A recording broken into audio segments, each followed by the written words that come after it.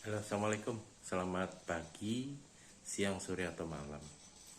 Jadi kemarin ada temen yang tanya itu ya, Pak, Borneo itu bisa nggak kencang? Seperti unit-unit yang tetangga sebelah punya.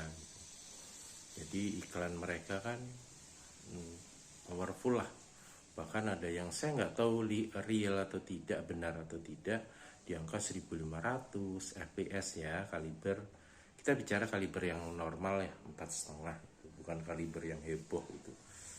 Jadi 4,5 saja. Nah, diklaim saya Borneo itu bisa 16 grain itu bisa 1000 fps. Jadi di sini saya bisa klaim bahwa Borneo itu bisa 50 joule. 50 joule lebih sih dengan laras LW. Kenapa? Karena laras LW itu optimal. Jadi kalau dia kelicinannya bagus, terus lubangnya bener, kalau dia bilang 4,5 ya 4,5, nggak kekecilan. Karena kalau kekecilan artinya kan energi yang dibutuhkan untuk dapat kecepatan atau speed itu jadi lebih tinggi. Nah, kembali ke yang tadi, apakah Borneo bisa? Jawabannya bisa. Karena klaim kita di 50 joule. Cuman kita nggak sarankan. Kenapa? Karena tidak efektif. Dari segi akurasi terkorbankan, dari segi kecepatan juga speednya akan lebih cepat ngedrop dibandingkan dengan speed yang optimal. Nah, optimal itu berapa sih? Kalau buat pertandingan kita ngejar akurasi kan biasanya di 800 sekian lah, plus sekian gitu ya. Nah, untuk hunting biasanya saya setting di 950 maksimal. Kenapa begitu? Nah, ini yang saya butuh jelaskan. Jadi ya bukan menjelaskan ya, maksudnya kita share gitu, kita butuh share. Kenapa? Karena ada hal-hal yang membuat ketika kecepatannya lebih dari 950 itu semakin tidak efisien. Nah, untuk penjelasan lebih detailnya, nah ini ada video dulu. Nah, kemudian saya videonya ini ngambil dari video lain gitu ya, tentu saja. Karena saya nggak bisa buat ilustrasinya, tetapi di video ini ilustrasinya cukup bagus untuk menjelaskan kenapa tidak efisien. Penyebab apa yang menjadikan dia tidak efisien dengan kecepatan di atas 950 atau bahkan mendekati kecepatan suara ya, yang di 1100 fps mungkin ya. Nah, itu sudah tidak efektif lagi karena faktor kecepatan suara. Jadi video ini mungkin sedikit membantu untuk menjelaskan. Ya, ini ya videonya ya saya sertakan. Untuk memahami lebih mudah, kita bisa bayangkan seorang anak yang melempar bola atau pancing ke air. Bola ya. Nah, di air ini kan kelihatan gelombang-gelombang yang berputar di sekitar bola. Nah, apa yang terjadi ketika bola ini ditarik ke kanan? Nah, timbul gelombang yang asimetris di mana di sebelah kanan lebih rapat dari sebelah kiri. Ketika semakin cepat, gelombang-gelombang ini akan semakin padat dan membentuk dinding suara. Oke, nah udah jelas ya videonya ya. Nah, biar lebih mudah saya tak gambar pelet peluru senapan angin gitu ya. Jadi kameranya tak balik dulu sebentar. Oke, sudah saya balik. Nah, ini satu tangan megang kamera, satu tangan lagi gambar ceritanya. Oke, ini ya, moga-moga kita bisa share. Nah, masalah setuju atau nggak setuju ya nanti kita bisa diskusi bareng-bareng. Jadi tadi kan jelas ya, ini ada objek yang jatuh di air, terus ini ada gelombang-gelombang gitu. Di sini tadi gelombangnya gelombang air ya. Nah, terus kalau objeknya ini ditarik ke sana, maka gelombang airnya akan berubah. Jadi begini ya. Nah, moga-moga nggak salah gambarin. Gimana ya? Aduh, ini malah gerak. Nah, ini ya, kalau nggak salah gini ya tadi gambarnya ya. Nah, ketika dia bergerak. Nah ini saya jauhin lagi kali ya. Mana sih? Yang penting kelihatan ya teman-teman ya. Intinya sih gini. Jadi semakin benda ini bergerak ke kanan semakin kencang, di sini akan semakin rapat nih. Ini karena ini kan, ini kalau yang ini di air tadi diilustrasikan dalam gelombang air, kalau di udara ini gelombang suara. Artinya apa? Ketika dia sudah mendekati kecepatan suara, artinya benda objek, ini objek, ini suara, ini suara, ini suara, ini suara gitu ya. Ini gelombang suara kan. Semakin mendekati, ini semakin rapat ini gelombangnya. Nah, bayangkan ketika mungkin teman-teman ada yang pernah dengar istilahnya sonic boom ya. Sonic boom. Sonic boom gitu ya. Jadi letupan atau ledakan karena suatu objek melewati kecepatan suara. Kalau sampai ada letupan atau dentuman keras, artinya ini padat banget, gak karu-karuan.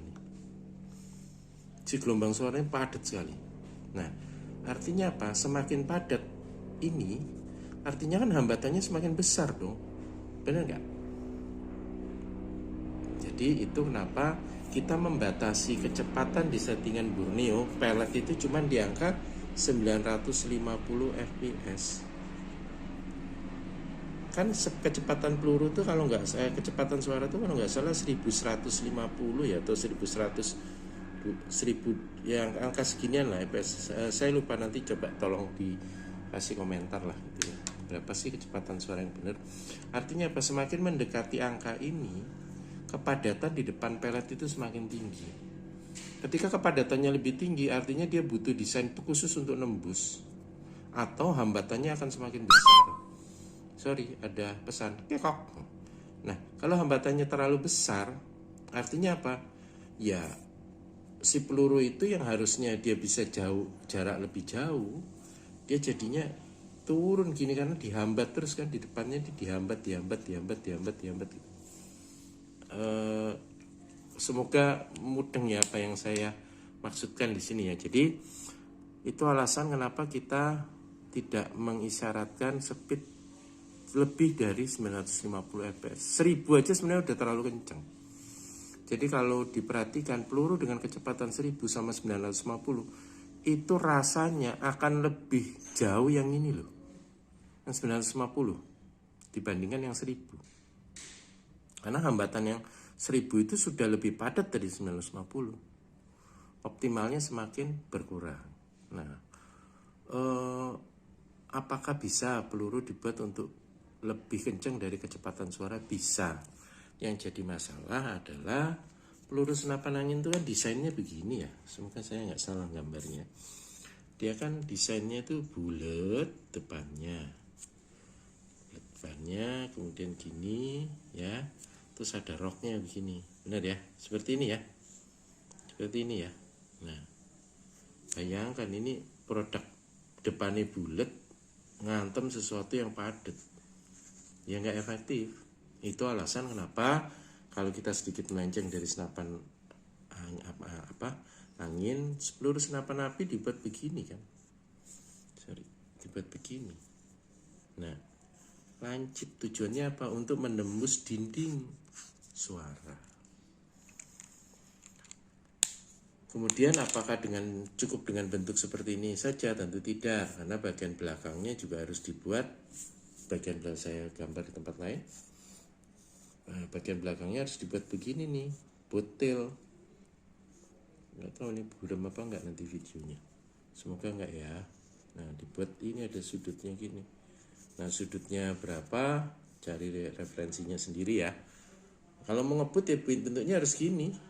Udah gini, nggak ada pilihan lain. Nah, seperti ini. Kalau mau ngebut ya, ngebut dan akurat. Karena nanti ada faktor perhitungan di sini, hambatan di sini. Jadi perhitungan di sini, hambatan di sini sama. Nah, ini nanti turbulensi di sini. Ini kenapa dibuat begini? Karena nanti si anginnya itu jadi begini nih. Nah, angin yang lewat itu jadi begini. Kalau yang ini angin yang lewat jadi begini.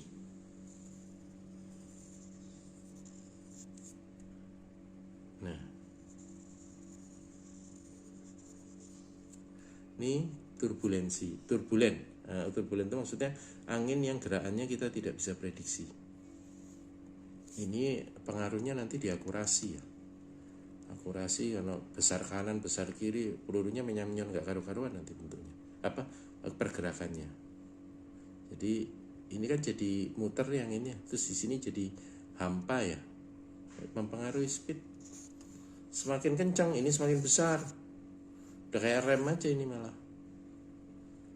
Jadi itu yang mau saya sharekan. Jadi kenapa kita tidak menyarankan speed di angka lebih dari 950 sebenarnya sudah terlalu kencang.